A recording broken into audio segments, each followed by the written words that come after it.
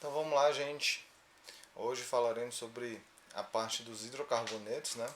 Suas principais aplicações, algumas análises estruturais de uma forma geral. Tá? A gente fez a introdução no bloco de aula passado e agora a gente vai consolidar esse conhecimento e falar algumas das propriedades gerais que esse grupo de substâncias possui. Ok? Então, o que a gente vai aprender nessa aula? Primeira coisa, a gente vai aprender, né, dentro dessa classe de hidrocarbonetos, aquelas subclasses que existem. Né? O que são essas subclasses? Os alcanos, os alcenos, os alcinos e os compostos aromáticos.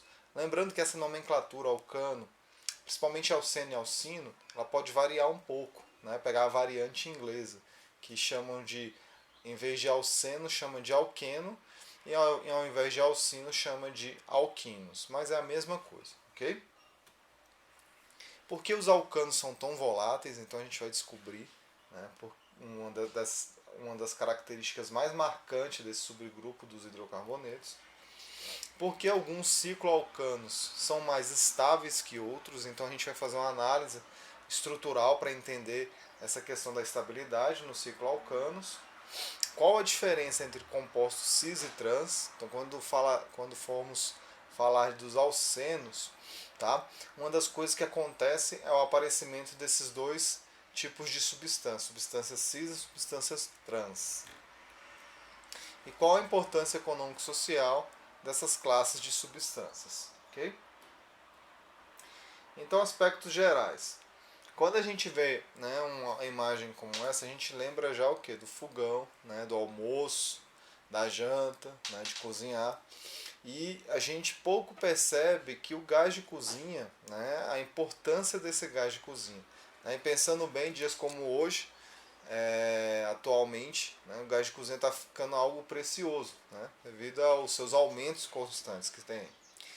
Porém, um dos compostos que mais que compõe, né, grande parte desse gás de cozinha, o GLP, é o gás conhecido como butano. E ele é um hidrocarboneto. E ele é um alcano.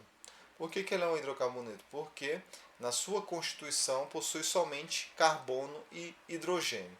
Tá? Relembrando o que a gente viu na aula passada. Hidrocarbonetos são todas aquelas substâncias que possuem somente carbono e hidrogênio em sua constituição. Então aqui está a representação dos alcanos, tá? Todos os alcanos, certo? Possuem carbono e hidrogênio, pois são hidrocarbonetos. Se possui somente o que? Ligações simples, tá bom? Aqui está a representação da fórmula evidenciando as ligações, né, e os elementos que compõem carbono e hidrogênio, uma forma planar ou em duas dimensões, e aqui está tridimensionalmente. Tá? Isso é uma cadeia aberta e simples, porque só possui ligações simples entre os carbonos. Existe a fórmula geral, não gosto muito de usar, mas se vocês precisarem, né, saberem a partir do número de carbonos quantos hidrogênios tem em um alcano, utiliza-se essas fórmulas gerais aqui. Cicloalcanos, ele tem a mesma característica do alcano, mas em vez de ser uma cadeia aberta, é uma cadeia o quê? Fechada, cíclica. Tá? Mas continua tendo somente carbonos e hidrogênios e somente ligações simples. Ok? Temos também os alcenos. O que caracteriza um alceno? Uma dupla ligação. Tá? Aqui estão as duas estruturas, ela em forma tridimensional, distribuída esses átomos no espaço, certo? Sua fórmula geral para descobrir a partir do número de carbono quantos hidrogênios ou a partir do número de hidrogênios quantos carbonos tem na estrutura, tá? Os cicloalcenos, a mesma coisa dos cicloalcanos. É um alceno que é um composto que tem uma dupla ligação, mas é uma cadeia fechada, tá? Alcadienos. O que é um alcadieno? Alcadieno, ele é um tipo, vamos dizer assim, especial de alceno, tá? Ele também é tratado dentro desse subgrupo chamado como alcenos ou alquenos. Só que ele tem o que? Duplas ligações, tá? Mais de uma dupla ligação, tá? Então você tem o alcadieno, você tem um composto que pode ter três, 4, 5 ligações duplas, tá? Isso altera um pouquinho as propriedades da substância, certo? E aqui está sendo ele representado de forma tridimensional também. Percebam ó, que a fórmula geral, tanto do cicloalceno como do aquadieno, é a mesma. E os alcinos são os hidrocarbonetos que possuem o quê? Uma ligação tripla, tá? Então aqui está a representação, ó, veja vocês que a representação no espaço ela se parece muito com a representação em duas dimensões, porque a tripla ligação faz com que forme uma linha entre esses carbonos, entre esses 4 carbonos aqui. Apesar dos hidrogênios estar distribuídos no espaço aí como se fosse um tetraedro, tá bom? Temos também os compostos aromáticos, tá? Que são compostos que possuem esse anel bem característicos, tá? Onde você tem duplas ligações alternadas, e aí eu vou explicar melhor o que torna, tá, os aromáticos ou os compostos aromáticos tão diferentes para que o torne um subgrupo dentro dos hidrocarbonetos e não um mero alceno ou alcadieno, um ciclo alcadieno, por exemplo, tá bom? Então, começando pelos alcanos. Como eu já falei, os alcanos, tá, são hidrocarbonetos de cadeia aberta, certo? Que possuem somente átomos de carbono e hidrogênio, e entre esses átomos de carbono se tem ligações simples, tá bom? Então, um dos maiores representantes dos alcanos que a gente tem contato é a parafina, tá? A parafina da vela é um alcano, é um composto que só tem carbono e hidrogênio e possui ligações simples dentro da cadeia, tá? Ele é o combustível que alimenta a chama que foi produzida no pavio. Então essa parafina é um alcano, tá bom? Então olhando um alcano aqui, no caso esse é um butano, 4 carbonos, but, né? Porque só tem ligações simples, e o O porque é um hidrocarboneto. Então o butano tem uma cadeia simples com carbonos ligados por ligações simples.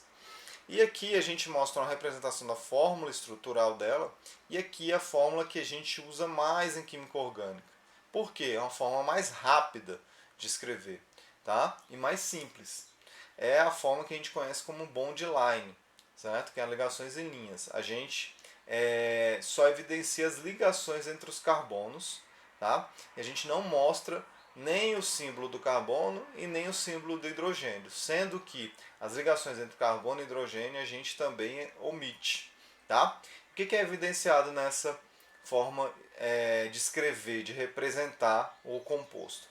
É a sua aparência, vamos dizer assim, né, seu aspecto tridimensional, que na verdade não forma uma linha, forma o quê? Um composto em ligações que parecem um zigue-zague, assim, tá vendo? Então os alcanos, né, de cadeias abertas, eles formam cadeias em zigue-zague e não em linhas, tá bom? Como essa aqui, mostrada tridimensionalmente. Por que isso, professor? Olha, porque o carbono forma 4 ligações, tá? Essas ligações, elas expressam o quê? Elas expressam um compartilhamento de elétrons. Lembrando, elétrons são o quê? Cargas negativas. Então essas cargas negativas aqui, elas tendem ao quê? A ficar o mais longe possível uma da outra, tá? E a forma com que ela é distribuída no espaço e fica mais longe uma da outra na forma tetraédrica, tá? O que é um tetraedro? É você pegar, lembra do balão, se você pegar e amarrar 4 balões, ele vai formar um tetraedro, um balão para cima, um para frente e 2 para o lado, formando um ângulo mais ou menos ali, um ângulo de 109,5 graus entre esses balões, tá? Então essa forma tridimensional é a forma em que os elétrons vão estar mais distante possível um do outro, certo?